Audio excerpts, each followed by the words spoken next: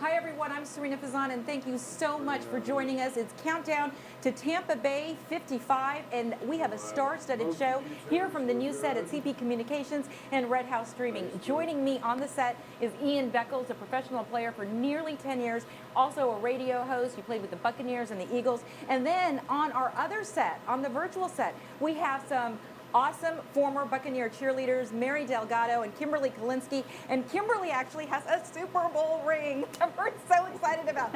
But let's get started. Let me start with Ian. Ian, thank you so much for being here. I'm glad to be here. All right, okay. So tell us a bit about yourself and what you're feeling right now. Well, I played for the Buccaneers for 7 years. I played for the Philadelphia Eagles for 2. So I got 9 years in. I'm 53, I'm still alive, which is good. I have a radio show, Beckles and Retcher, on 95.3 FM, also 6:20 AM. And we're on Radio Row this week, which is usually mayhem. It's a little bit more quiet, you know, because of all the COVID restrictions.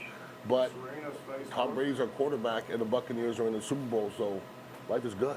So let me ask you about Radio Row. Could you explain that to people? It's at the Tampa Convention Center. I was there yesterday. It's like the media hub. Lowell Beckner, the general manager here, also came with me. But can you give people a flavor of what that is? Well, normally Radio Row is at the convention center, and there's usually 50 radio stations and television stations and PR and marketing and everything there, and everybody's kind of doing their business. I call it kind of, it's a little bit of prostitution going on because people walk through. I just say, hey, there's Barry Sanders, and Barry Sanders will come on your show, which is great. But at the end, he will talk about a product. So it's all about, you know, pumping up products, and that's the American way. It's so much fun. I mean, but I know what you're saying. Like, I was surprised, you know, to see how quiet it was. Yeah. But that's because we are living in an unprecedented time right now with COVID and safety. We're hearing about safety, social distancing. Let me go to the cheerleaders really quickly. Let's go to Mary and Kimberly. So, Kimberly, you actually cheered on the Buccaneer team back in 2003 that won the Super Bowl, and you have something very special that you're going to share with us on air. I do. I cheered for 5 years, 99 to 2004, and I was very fortunate to be there during some amazing years, making it to the NFC Championship, going to the Super Bowl, and the Glazers were wonderful, and they gave the cheerleaders a Super Bowl ring. We were there for the Super Bowl ring ceremony. They were manufactured by Tiffany, and it was just a special evening to receive these, but the game itself was unbelievable, and I cherish it to this day, all the memories, and my teammates and I still talk about it regularly. So describe that experience for us, and of course we would love to see the ring more as well, but describe the experience of actually being on a field when your home team wins the big game. It was incredible. When we realized we won, I remember being on the field, and I had a job to do, and I remembered still with my palms and dancing, but I looked to my right, and players were going over to get their children from their families and hoist them, you know, up on their shoulders. I saw the Lombardi Trophy coming out, the Glazers going to the podium. Bon Jovi ran out to start performing. And so it was almost like I was there, and all this was going on around me, and the fireworks, and my teammates jumping up and down. And I wish I could bottle all of that feeling and share it with the people I love, because it's incredible. It's absolutely, I'm grateful forever for that. I mean, I remember I was watching, and I was actually at home here at Raymond James, you know, covering it from the field here, even though clearly we played in California, but tears running down my face. Now, Mary, you had already left the team 2 years prior, but you are the longest reigning so far as I know, Buccaneer cheer captain in history. So talk to me from that perspective. Like, how do you get the girls motivated? You know, of course you're motivated and you're cheering for your team, but man, talk about like being the captain and, you know, from that angle. Well, at that time I was the longest running one, but not now. So many years have passed by. I mean, I'm 53 myself, Ian. You both don't look it. I can say that right now. Thanks, I love you. But you know, it's incredible because I stopped cheering 3 years before they went to the Super Bowl. I missed it by 3 years. But you know, to be a part of that's incredible itself. And when we're out there cheering, that is a job to do. We literally are cheering. We are enjoying ourselves out there. I remember we're rooting out our team. I'm super excited that we have Brady. Thank you, New England, for giving him up. Actually, he just came over here. But I'm so grateful for everything that's going on. I'm grateful for the time that I had cheering. I actually also had the opportunity to cheer at Pro Bowl. I think this year they're not doing it, but I had that opportunity as well. But just the excitement that fans that are out there seeing, you know, all our colors that are out there. Unfortunately, with COVID, like you were saying, it's a little bit, you know, not as many people that would be, but it's an exciting time, and I'm happy to have been a part of the Buccaneers organization to have that opportunity. And I encourage a lot of young girls and even men, because there are boys that are out there aspiring to become cheerleaders as well, to go try out and be a part of the organization, because it's great. The Buccaneers, I mean, it's fantastic. I want to talk to you guys about that, and I'm going to go back to what you said. But Ian, let's go to you now. And clearly, at this time, sadly, you know, there's not as many fans in the stadium because of COVID. But talk to me as a player. How does that affect a player? I mean, is it great having all those people in the stands, or, you know, from that perspective? Well, as a Buccaneer that played in the 90s, I don't know anything about the stands being full. Unfortunately, I mean, yeah, it's real. I mean, we played in front of 35,000, 40,000. You know, when I left here with the Philadelphia and I came back and went to a Buccaneer game, I couldn't believe what had happened. You know, I couldn't believe that there was a waiting list for tickets. There was always that joke back in the day where you leave 2 tickets on somebody's car and you come back and there's 4 tickets. Okay, so that's what I came from. So the Buccaneers have come a long way from there. I've never played in front of 20,000 people, but I got kind of a dress rehearsal in the 90s playing in front of what we were playing in front of. But once you cross the line and you're playing football, it's just football. You know, you would love to have 70,000 people there, but it doesn't matter if there's 70,000 or 20,000. You still got to battle who's in front of you, and they probably don't care how many people in the stands either. Okay, so tell us what that is like, because, you know, we sit there watch it on TV or watch it from the stands. I mean, and we see the hard hits, but how hard are the hits? How hard are the hits? Well, I'm 53 years old now, and they look very hard. When I was 25, it was just what I did, and I just didn't know any better. When I look at the game now, it looks extremely violent. But like I said, I played football since I was 7 years old, and it was just kind of a way of life. Now I look back and it looks a little bit silly, but they paid us well, so that helped. So Ian, let me ask you. I would say what you and I were talking about prior, maybe what, 0.02% of people make it into pro sports. I mean, what does that feel like? Well, it feels great for me. I mean, my goal in life and in high school and growing up was to be a professional football player. You know, I played all the sports. I was probably, if you look at me, I was put on earth to play football. I wasn't put on earth to play baseball or basketball. So some of it is hard work. A lot of it's hard work. Some of it's genetics. Some of it's having thick skin. Some of it's being able to deal with injuries and play through injuries. So there's a lot to do with it. But I'm proud of my accomplishments, and I wouldn't change anything. And you should be. And talk about the position that you played. Well, I was an offensive lineman. You know, everybody knows the quarterbacks and the receivers and the running backs, and those are all the pretty guys that get all the girls. We're the big ugly guys in front that make all the pretty guys all their money and just bang into each other, and it's hand-to-hand combat. It's a lot of fun.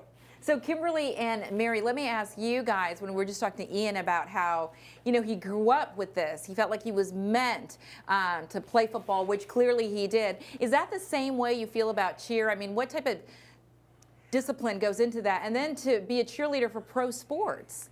I think that when Ian's talking about the players, the NFL as a whole, what it provides so many different people, from the players to the cheerleaders, to the programs that they have for the young cheerleader girls, and then the Junior Bucks program for boys and girls. They have a vision program for our local schools. But as a cheerleader, yeah, I was the second youngest on the squad. I was still in college, and I feel like it takes a village. You know, my grandfather said, you need to go try out. And then when I was there, the coach at the time was willing, you know, to take a chance on me. She put me on the squad. And then the organization really embraced all of us and allowed us opportunities that are amazing. I went and traveled to Egypt and Turkey and Afghanistan after September 11th. And we put on a show for 3 weeks for our soldiers overseas. It was a variety type show, and that was incredible. And I traveled to Japan as a representative of the Buccaneers on what they call the NFL on tour, and the NFL wanted the people of Tokyo to know more about our sport. And I was a college student, and the opportunity to be able to travel like that was amazing when I was 20, 21, 22, 23.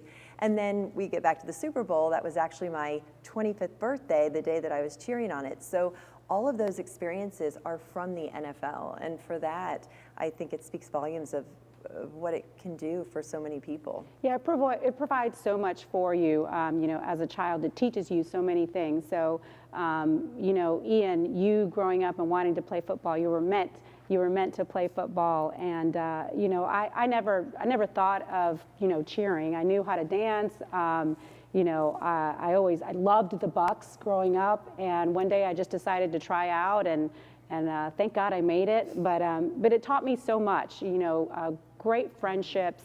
It taught me to go out in the community, to give back, because we're not just out there cheering for the Bucks, who we love so much. We're actually out in the community, and we're you know, volunteering for different things. And you did a lot of that too, Ian.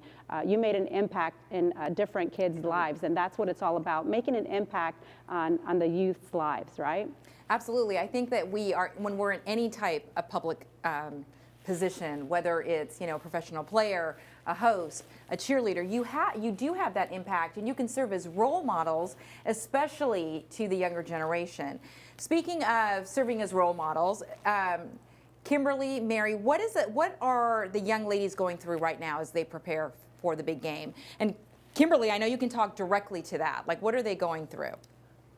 It is a very challenging and rewarding, you know, practice and time that you put in. I mean, the level of what these girls do as far as their dance ability and their time in the community, you are very busy, and you're working very hard and very proud and very honored and very excited. And so there's so many emotions that go into that. But these women are extremely mature and extremely talented, and they take this very seriously. They honor the fact that they were chosen to be on this squad. They have an amazing coach, an amazing organization behind them, and there's just so much success because of that. So there's a lot of excitement going on, but a lot of hard work behind the scenes for that big day. You know, I think a little bit about the times of, you know, the COVID times right now, and how it's different for the girls and the players themselves. Mm-hmm. It's so different where, you know, the social distancing and stuff. So, you know, I don't even know if they're going to be allowed to be on the field. But, you know, as Kimberly was saying, you know, with the amazing coach and the amazing organization and how they make everything safe for everyone, yeah, the butterflies that they must have, it's a little bit different than when you were going. You had the interaction, but, you know, now it's a little different. It's so interesting because some girl, like I remember one of the girls a couple years ago that was a cheerleader, when I talked about being in the Super Bowl, she said, I was in kindergarten when you were cheering. And I was like, you need to do a couple laps. I was just kidding. But what's so neat is that there are some people in this community that were here for the 2003 Super Bowl, and they get to, you know, experience that all over again close to home. And then there's people, they were little ones, or maybe they weren't even, you know, here yet. And now they're getting to experience it for the first time. So how wonderful that there's those waves of, like, you know, our Tampa community being able to be a part of this again or for the first time. So yeah. I know, it's so exciting. So Mary, as a captain, as a former captain, how do you direct the cheerleaders at this time? What type of, you know, advice and motivation would you give? Oh, absolutely. To be prepared, you want to be prepared. Just be enthusiastic and live for the moment. Live your best life. As like Tara always says that. Tara always says that. She's the director of the cheerleaders. But just live your best life. Enjoy the moment. There are a lot of women who want to be in the position that the women and the men, because I believe they have two men that are cheerleaders. They want to be in those positions. Just enjoy the moment, root on your team to win that Super Bowl, and because a lot of people wish that they were in those positions. So I would just say, just practice hard and live in the moment. It's something that is so special. I mean, the Lombardi Trophy, what that represents in itself, and just to be a part of this, it's something. Derek Brooks, actually, I remember he said something along the lines of, this, you can never take the Super Bowl and nobody can ever take that from you. And it's true, what these girls are experiencing, they will have that forever.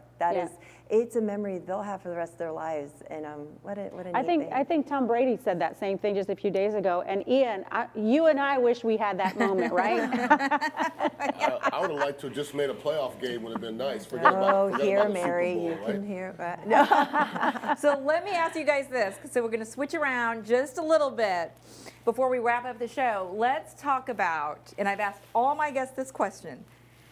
Ian, we'll start with you. Yeah. Do you feel it was Tom Brady that got us to this point? A lot of it was Tom Brady. But, we have to give some credit to Jason Light. We have to give some credit to Bruce Arians. Todd Bowles, the defensive coordinator. Listen, we went into Green Bay a couple weeks ago and beat Aaron Rodgers for the first time he was in an NFC Championship in his home. And Tom Brady didn't play well, and we still won. So this is a team thing. You don't win by just a quarterback. And everybody's going to emphasize the quarterback and the running back and all those pretty guys I talked about. But the bottom line is going to be that game is going to be won in the trenches with the offensive line and defensive line. And if the Buccaneers are to win this game, our defensive line has to beat up their offensive line, which is hurt. They got both their tackles out and they have a guard out. So we have to win defensively. Mahomes is going to score some points, and we got to score some points as well. So I think it's going to be a great game. I hope. I hope so too. And I have to say, like Jameis Winston, of course. I mean, a fan of his. We did public appearances together. But do you felt that the team needed the missing piece was the quarterback? Well, the quarterback position is the most important position in all sports, okay? I don't even know if that's even debatable. I'm a Jameis Winston fan. I mean, I didn't like the fact he threw 30 interceptions. Now, they got better around him as well. But I was good with Jameis because Jameis always left it on the field. It wasn't an effort thing. It wasn't like he wasn't coming in and doing the time that he needs to put in. But Jameis Winston's not Tom Brady. Tom Brady's he's the best quarterback of all time. He's in his 10th Super Bowl. He knows what it looks like. He knows how you're supposed to practice. Jameis Winston had no idea, and he was kind of winging it, and so was everybody around him. So we have more legitimate champions now, and we're playing that way. Yeah, and I have to agree with you, Ian.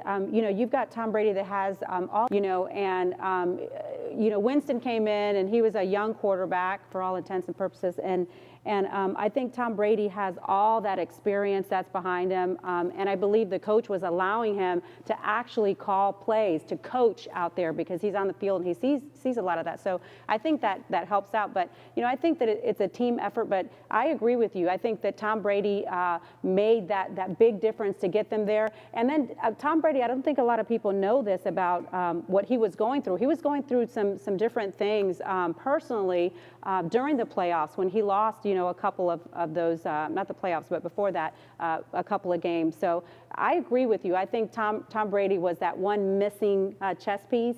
That one piece that really put him over the edge. And then the whole coaching staff, too. It's a very diverse, the coach allows everyone to have input. So all of it just came together and made this Super Bowl run that we've got going on here. Hopefully we'll win. I think Mary brought up a really good point, Ian, too, when she said that Bruce Arians has given Tom Brady leeway to let him coach some of the players. Would you agree with that? To some extent. Byron Leftwich is our offensive coordinator, and, I'm positive that he sits down with Tom Brady and they figure out what's the best place that he likes.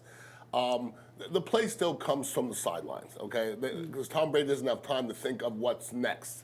it still comes from the sidelines, but it comes from, you know, an allotment of plays that Tom and Byron Leftwich and Bruce Arians thought that were the best plays to call. So to say, you know, I guarantee, and they progressively got better as the season went along offensively.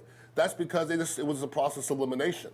Oh, Tom doesn't do that well, that receiver doesn't run that route well, let's get rid of it. And now we're down to what we do well. So offensively, we're playing as well as we played all season long, and our defense has really been, you know, holding us up all the way through the playoffs. It's going to be really exciting. So, Kimberly, let me ask you, though, that same question, because I asked, you know, the other two answered it. Do you think it was Tom Brady? I think it's our time. And I think that what the front office, or, you know, the decision makers prior to the season, they made some really great choices. Their hard work shows in all this.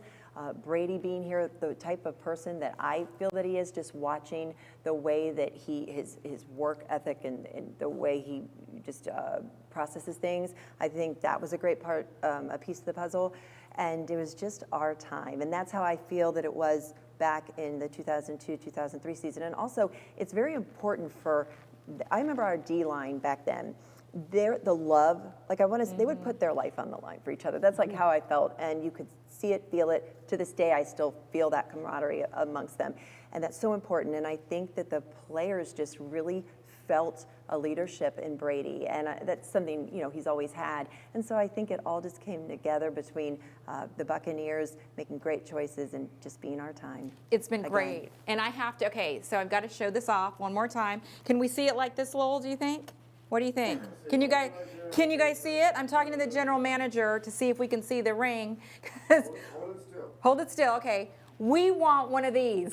Coming back. We want all of these. There we go. There's a great picture of it. This is the Super Bowl ring that Kimberly graciously brought in when the Bucs won in 2003. So take a look at that. Kimberly, thank you so much for letting me hold it. Oh, thank you for sharing. Oh my gosh. And tell your mom I said hi too. I think that's very sweet. Oh yeah,